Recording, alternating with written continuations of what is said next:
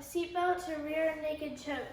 So I'm going to put my seatbelt in, my right leg between his elbow and knee, and my left leg behind him.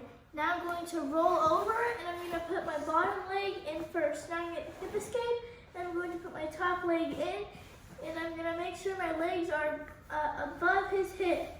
And now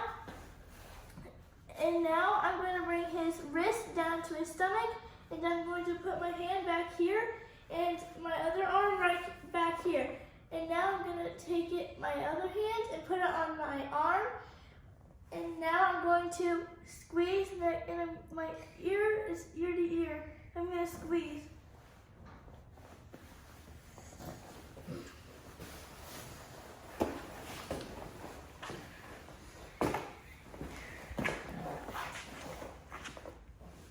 So now I'm going to roll over, put that in, hip escape, bring his arm down.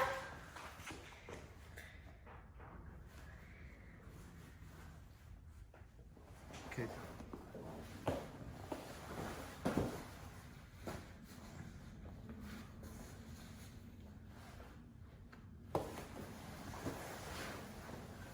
Head towards me, Gavin.